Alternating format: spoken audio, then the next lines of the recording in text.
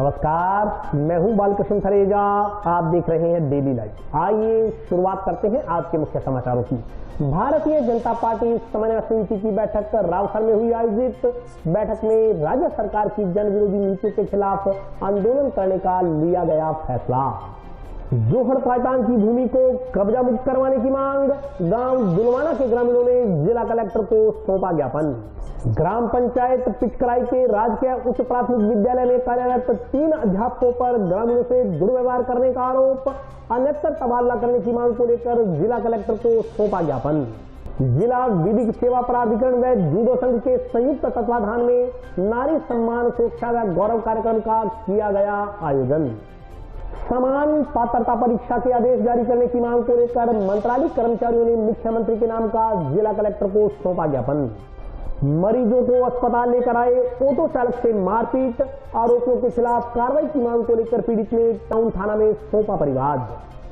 और अब समाचार विस्तार से।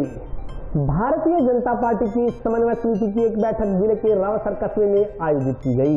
बैठक में राज्य सरकार की जन विरोधी नीतियों के खिलाफ आंदोलन करने की रणनीति पर चर्चा की गई। भारतीय जनता पार्टी जिला हनुमानगढ़ की समन्वय समिति की बैठक का आयोजन जिले के रावसर कस्बे में हुआ। बैठक में प्रदेश उपाध्यक्ष व बीकानेर संभाग प्रभारी माधोराम चौधरी, जिला संगठन प्रभारी विजय प्रकाश आचार्य, जिलाध्यक्ष बलबीर बिश्नोई, पूर्व मंत्री डॉक्टर राम प्रताप, प्रदेश मंत्री विजेंद्र पुनिया, एससी मोर्चा प्रदेशाध्यक्ष कैलाश मेघवाल, संग्रिया विधायक गुरदीप शापिनी, पीलीभिंगा विधायक धर्मेंद्र मोची, पूर्व विधायक संजीव बेनीवाल, पूर्व विधायक अभिषेक मटोरिया, जिला महामंत्री जूल किशोर गौड़, लेखराम जोशी सहित अन्य भाजपा कार्यकर्ता व पदाधिकारी शामिल हुए। बैठक के संदर्भ में जानकारी देते हुए जिलाध्यक्ष बलबीर बिश्नोई ने बताया कि राज्य सरकार की जन विरोधी नीतियों के खिलाफ संघर्ष करने का बैठक में फैसला लिया गया। इसके अलावा भारतीय जनता पार्टी से नए लोगों को जोड़ने के लिए पार्टी की रीति नीति के बारे में अभियान चलाने का भी फैसला लिया गया। उन्होंने कहा कि राज्य सरकार आए दिन घरेलू बिजली के दाम बढ़ाकर निर्धन वर्ग के लिए आर्थिक समस्याएं पैदा कर रही है। उन्होंने कहा कि प्रदेश में किसानों की बुरी हालत है। किसान कई दिनों तक कृषि के बिजली कनेक्शन लेने के लिए भटकती फिर रहे हैं। इसके अलावा प्रदेश में कानून व्यवस्था भी बुरी तरह फ्लॉप हो चुकी है। इन्हीं सभी मुद्दों के खिलाफ आमजन के सहयोग से संघर्ष करने का भी निर्णय लिया गया। जनता पार्टी जिला हनुमानगढ़ की समन्वय समिति की बैठक हुई। बैठक में हमारे मुख्य अतिथि प्रदेश के उपाध्यक्ष और संभाग के प्रभारी माधोराम जी और जिला संगठन के प्रभारी और हमारे पार्टी के वरिष्ठ नेता और संगठन के पदाधिकारी, इन सबको मिलाकर हमारी एक जो जिला समन्वय समिति की एक संरचना है, उसकी आज बैठक हुई है रावसर में। उसमें संगठन पर भी चर्चा हुई और मौजूदा राजनीतिक हालत और इस प्रदेश सरकार की जो नाकामियां, जो जनता को कोई सूद नहीं ले रही, चाहे कानून व्यवस्था की बात हो, चाहे किसानों को कोई लाभ देने की बात हो, क्योंकि ये सिंचाई का क्षेत्र है। 5 महीनों से नहर बंद है, लेकिन सरकार में कोई सूद लेने वाला नहीं।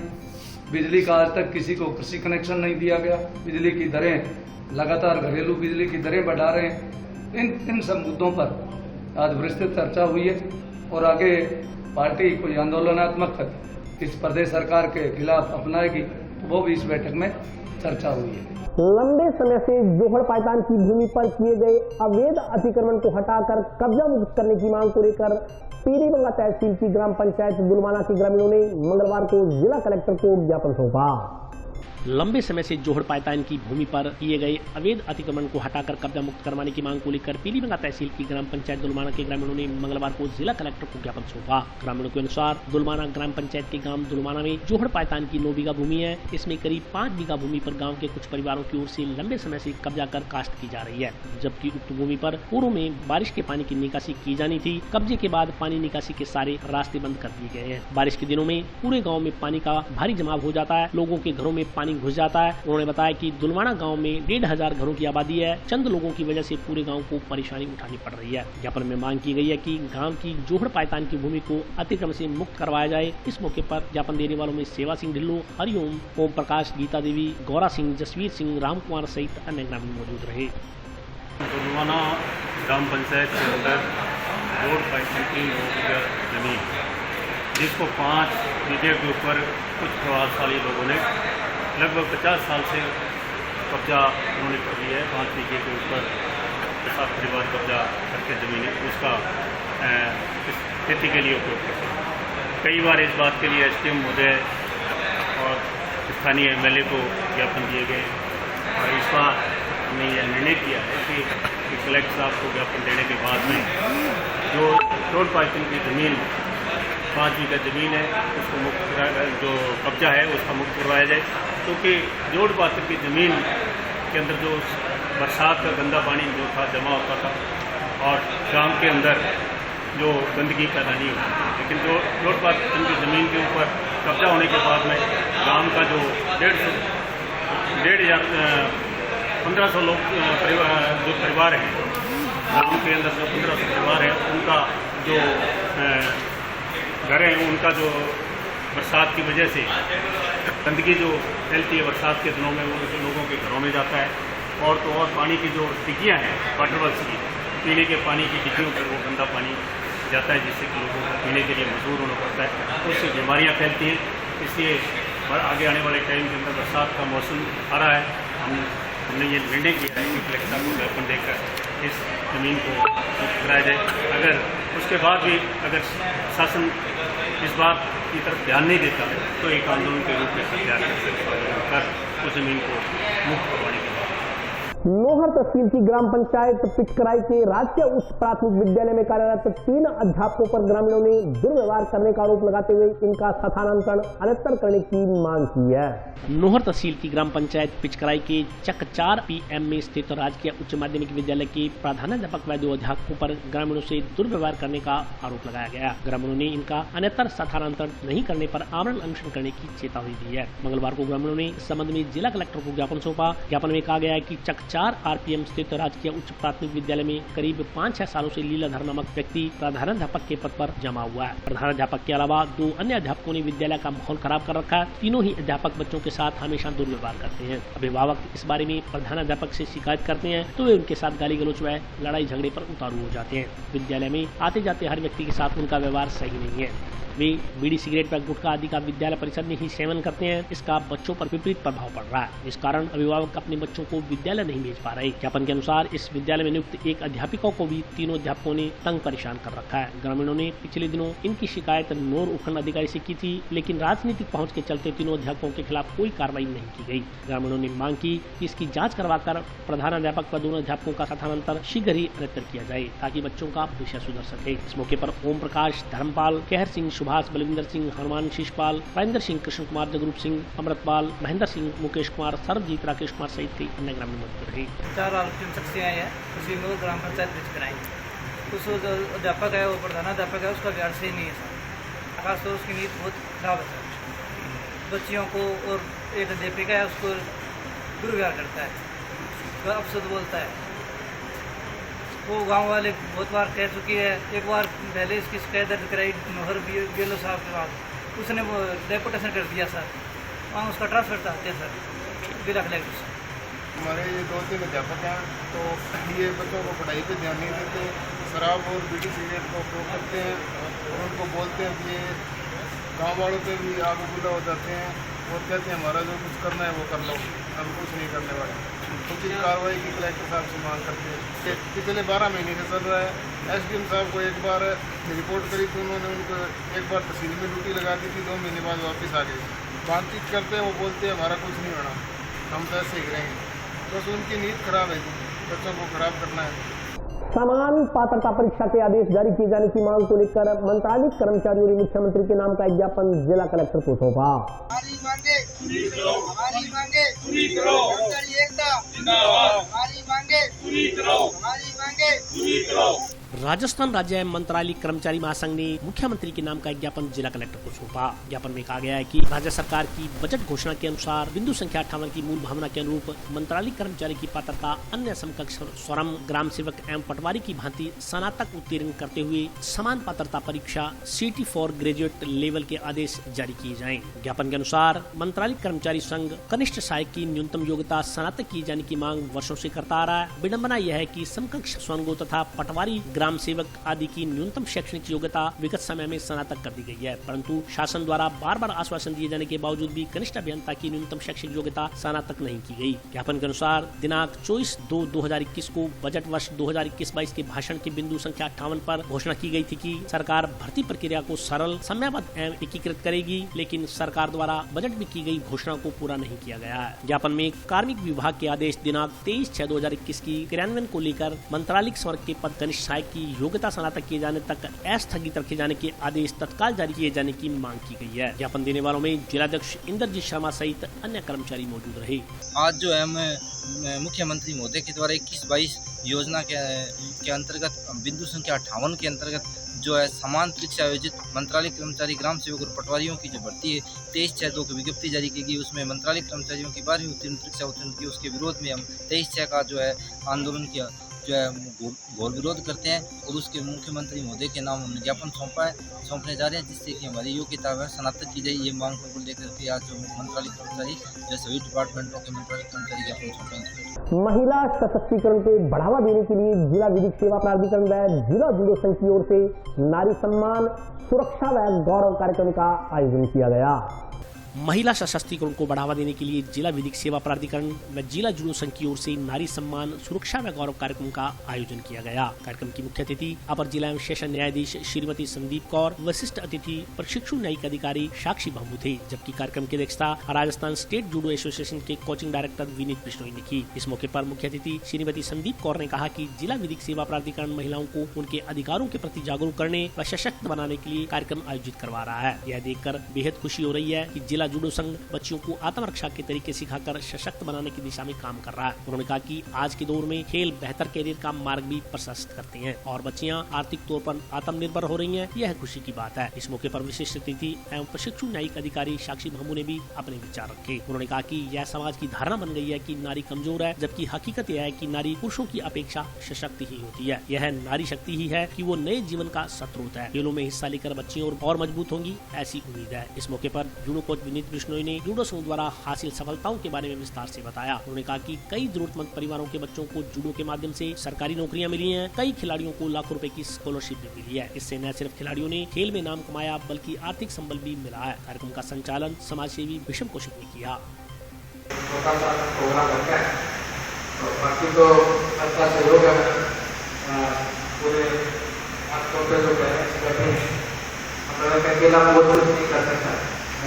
बच्चे के पेरेंट्स सबका सहयोग करता है।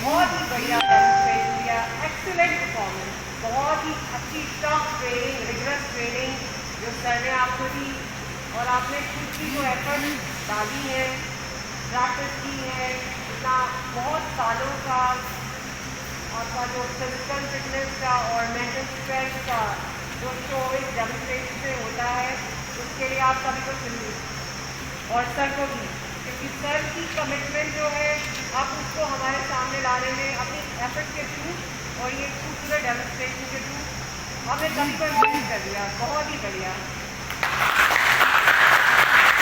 जिला विधिक सेवा प्राधिकरण विमेन एम्पावरमेंट के संबंध में मंथ लॉन्ग कार्यक्रम शुरू कर रहा है। ये पूरा जो मंथ है जून का, इसमें हम लगातार महिला सशक्तिकरण के संबंध में प्रोग्राम्स करते रहेंगे। उसी कड़ी का आज का हिस्सा था ये प्रोग्राम। ये फिजिकल एम्पावरमेंट ऑफ वुमेन के संबंध में था। अब जो गेम जूडो है, ये एक मेंटल और फिजिकल गेम दोनों है। जूडो के लिए फिजिकल टफनेस के साथ साथ मेंटल टफनेस ज़रूरी है, क्योंकि जूडो के बारे में कहा जाता है कि you live in the moment, और उसके संबंध में ही बच्चों को ट्रेन करते हुए सेल्फ डिफेंस सिखाई जाती है। तो महिला सशक्तिकरण का जो फिजिकल एम्पावरमेंट का एस्पेक्ट है, उसमें ऐसी ट्रेनिंग जैसे जूडो जैसी मार्शल गेम्स है, अगर हम बच्चों को इन मार्शल आर्ट्स में ट्रेन करते हैं तो हमारे बच्चे जो खुद को फिजिकली स्ट्रॉन्ग नहीं मानते, जैसे कुछ लड़कियों को लोगों का मानना है, मैं नहीं ऐसा मानती, मैं मानती हूँ कि फिजिकल तौर पे भी हमारी लड़कियाँ, हमारी महिलाएं कमज़ोर नहीं होती, बस एक ट्रेनिंग की कमी रहती है। तो उस ट्रेनिंग की कमी हम ये मार्शल आर्ट से पूरी कर सकते हैं।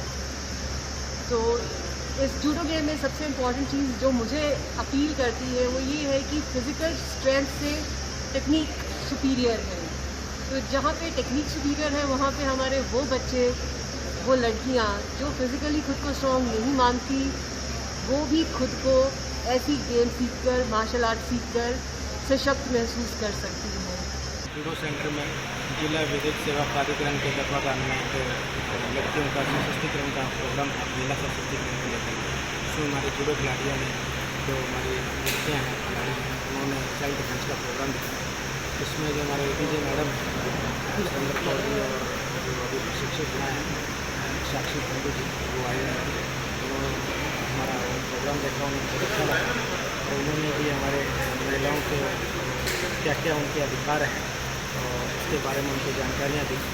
और कोरोना काल के चलते हुए ये थोड़ा सा लिमिटेशन प्रोग्राम था, और जैसे ये कोरोना काल से बाहर आएंगे सभी, एक और इस डिपार्टमेंट के साथ मिलकर प्रोग्राम करेंगे और इस डिपार्टमेंट के साथ मिलकर हम नारी सशक्तिकरण को लेकर के आगे भी प्रोग्राम करने का। और अभी वक्त ब्रेक का, हाजिर होता हूँ छोटे से ब्रेक के बाद।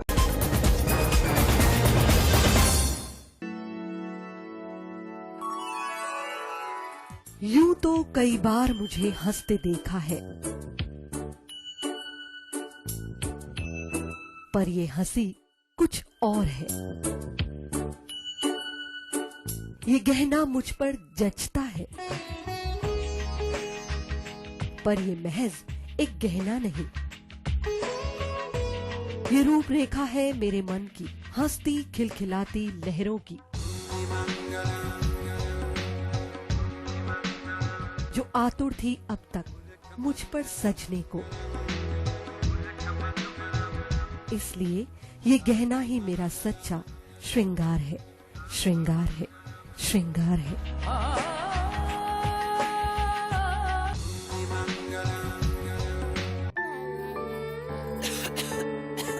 दीदी ये देखो,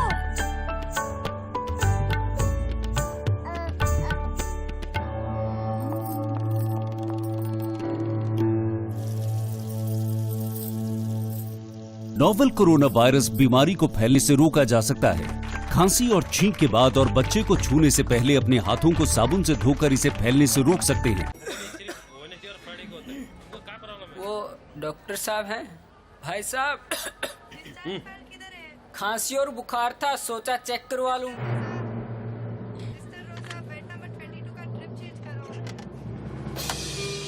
नोवेल कोरोना वायरस बीमारी को फैलने से रोका जा सकता है। बुखार के साथ खांसी और छींक होने पर तुरंत नजदीकी हेल्थ क्लिनिक या केंद्र जाएं। ब्रेक के बाद स्वागत है। आइए नजर डालते हैं अगले समाचारों पर। राजकीय जिला चिकित्सालय में मरीजों को ऑटो पर बैठाकर उपचार के लिए लाई एक ऑटो चालक के साथ कुछ लोगों ने मारपीट कर दी। पीड़ित चालक ने आरोपियों के खिलाफ टाउन थाना में परिवाद दिया।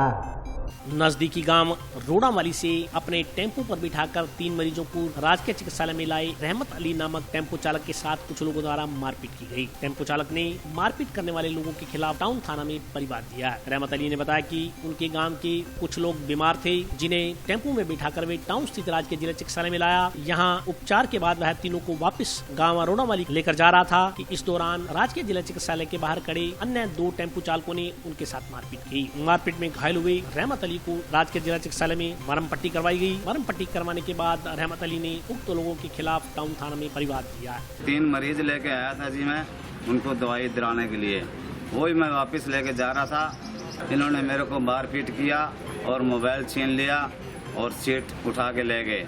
ये देखो जी चोट लगा मेरे को, पता नहीं जी क्या, मेरे को तो कोई पता नहीं है। सीधा आगे टेम्पो बंद करके मेरे को मारने पीटने लगे। नहीं जी मेरे पहले कोई पुराने रंजिश नहीं थे उनके साथ, ना जी कोई नहीं था। उन्होंने दादागिरी दिखाने के बारे में अपने गांव से लेके आया था, वही सवारी में वापस लेके जा रहा था। उनका कहना तो ये था कि आइंदा से आप कभी इधर टेम्पो लेके आना भी भूल जाओगे, मुकदमा दर्ज करवाए। वो बोलिए इनका इंसाफ आपको लेके देंगे हम। मंगलवार को टाउन स्थित राजकीय कन्या उच्च माध्यमिक विद्यालय में पौधारोपण कार्यक्रम का आयोजन किया गया।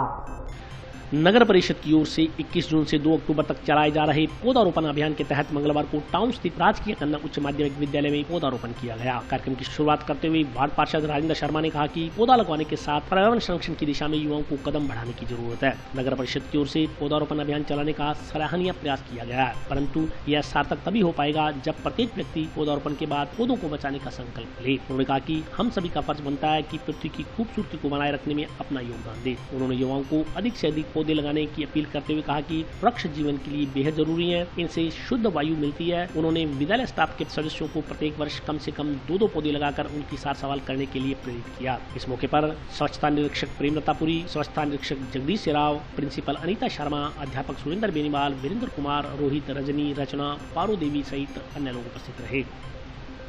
द्वारा ये अभियान 21 जून से शुरू होकर 2 अक्टूबर तक किया गया है। इसके लिए मैं सभापति जी को भी धन्यवाद देना चाहता हूँ कि उन्होंने ऐसा अभियान चलाया है। और इस पौधों की सार संभाल बालिका स्कूल वाले करेंगे, साथ में मैं भी करूँगा।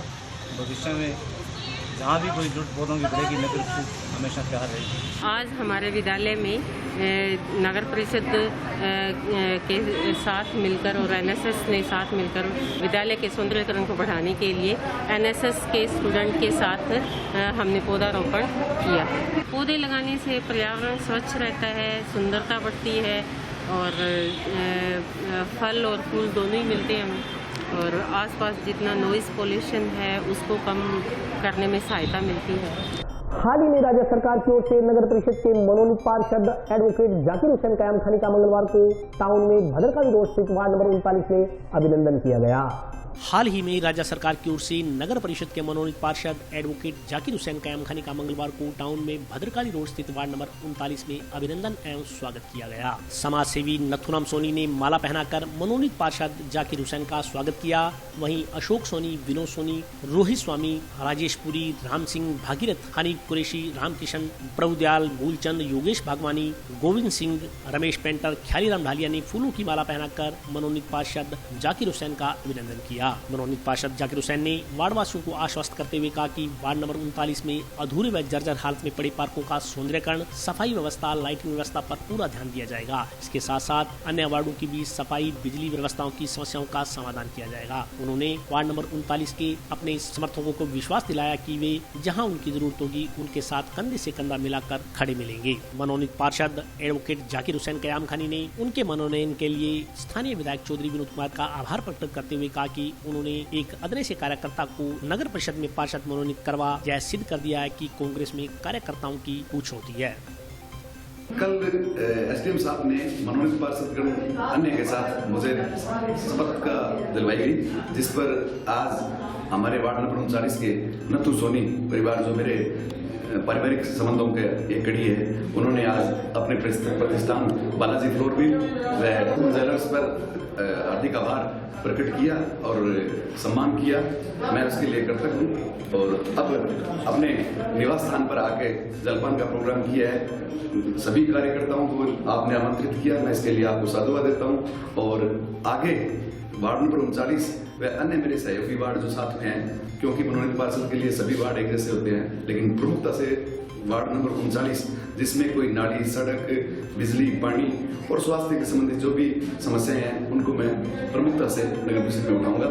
और मुझे ये पूरा विश्वास है कि माननीय विधायक महोदय द्वारा जो मुझ पर विश्वास प्रकट किया गया है और जो चेयरमैन जिस प्रकार से सभी पार्षदों के लिए एक राय रखते हैं, उसी प्रकार से हमें आश्वस्त किया है कि आप द्वारा दिए गए सुझाव और आप द्वारा दिए गए बताए गए कार्यों के प्रति मैं पूरा संवेदनशील रहूंगा और जिस प्रकार की जो समस्या है वो प्रमुखता से आपकी निस्तारण करने का प्रयास करूंगा। सबसे बड़ी जो समस्या नशे के बारे में बताई गई है वो बड़ी सामने उभर के आई है। युवाओं को जिस प्रकार से बरगलाया गया है किसी कैरियर द्वारा, तो उन कैरियर्स के प्रति जो कड़ा रुख है वो अपनाने का प्रयास करेंगे। और जो वार्ड की मूलभूत समस्याएं हैं जिनमें कुछ पार्क है वो जो है जर्जर हालात में है, उनको प्रमुखता से लिया जाएगा। उसके अलावा नाली और सफाई के संबंध में आज ही वार्ड नंबर 38 में किसी व्यक्ति द्वारा एक बताया गया, जिसको मैंने अभी सैनिटरी इंस्पेक्टर को क्या है ताकि वो आगामी दिनों में उसको सुधारने की कोशिश प्रयास करेंगे। कोई भी समस्या जैसे कि वार्ड की समस्या तो है ही है, इसके अलावा जो सार्वजनिक और सामाजिक रूप से किसी भी परिवार में समस्या आती है उसके लिए मैं रात दिन तत्पर होने के तैयार हूँ। संवर जाए बचपन अभियान के तहत भाजपा युवा नेता जसप्रीत सिंह सिद्धू ने मंगलवार को जंक्शन की झुग्गी झोंपड़ियों के बच्चों को वस्त्र तथा पैरों में पहनने के लिए चप्पलें प्रदान की। भाजपा युवा नेता जसप्रीत सिंह सिद्धू द्वारा चलाए जा रहे संवर जाए बचपन अभियान के तहत सोमवार को जंक्शन स्थित झुग्गी झोपड़ी के निवासियों के बच्चों के लिए कपड़े तथा चप्पलें प्रदान की गई। जसप्रीत सिंह सिद्धू ने कहा कि चिलचिलाती गर्मी में निर्धन परिवार के बच्चे नंगे पांव घूम रहे थे। ऐसी स्थिति में बच्चों को देखना संवेदनहीनता को दर्शाता है। उन्होंने कहा कि उन्होंने अपने निजी खर्च से बच्चों के लिए कपड़े तथा चप्पलें खरीदी तथा जरूरतमंद परिवारों को पहुंचाई गई। उन्होंने कहा कि कोरोना काल के चलते आय के साधन बंद हो गए हैं। ऐसी स्थिति में निर्धन परिवारों के सामने बड़ी आर्थिक मुश्किल पैदा हो रही है। उन्होंने आम जन से आह्वान किया कि जरूरतमंद लोगों की सहायता कर पुनीत कार्य करें। संवर जाए बचपन अभियान के तहत हनुमानगढ़ में आज इस धूप और बरसात के मौसम में छोटे छोटे गरीब बच्चे जिनको चप्पल एक ज़रूरत की चीज़ है, जो हम रोज़मर्रा की ज़रूरत की चीज़ है, और इस धूप गर्मी में बचने के लिए चप्पलें आज छोटे बच्चों को वितरित की हैं। और मैं सभी से निवेदन करूंगा कि इस कोरोना काल के अंदर ज़रूरतमंद देखें और हर एक ज़रूरतमंद की जो भी मदद हो सके आप लोग करिए। मुझे आज यहाँ से मैं कई बार गुजरता हूँ तो मुझे लगा कि भी इन बच्चों के पास चप्पलें नहीं हैं, तो आज मैंने चप्पलें वितरित की हैं और आगे भी समाज के अंदर इसी तरह सेवा करता रहूँगा। और आज के लिए बस इतना ही। कल फिर हाजिर होता हूँ नए समाचारों के साथ, तब तक के लिए नमस्कार।